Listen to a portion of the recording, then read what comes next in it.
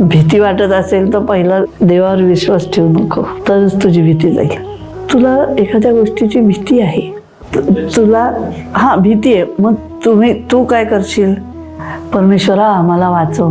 नाही, भीती वाटतेय तर तू आधी त्या प्रश्नाला भिड, त्या प्रश्नाला सामोरं जा.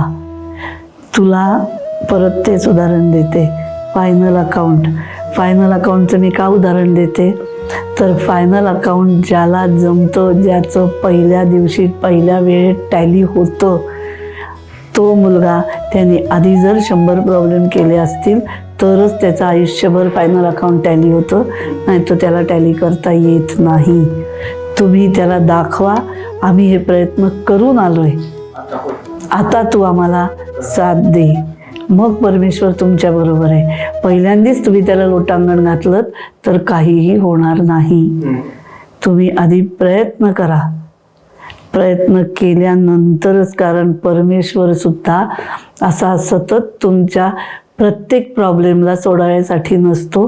कारण तुला आलेला प्रॉब्लेम हा का आलाय हे परमेश्वराला तुझ्यापेक्षा जास्ती माहिती असतं.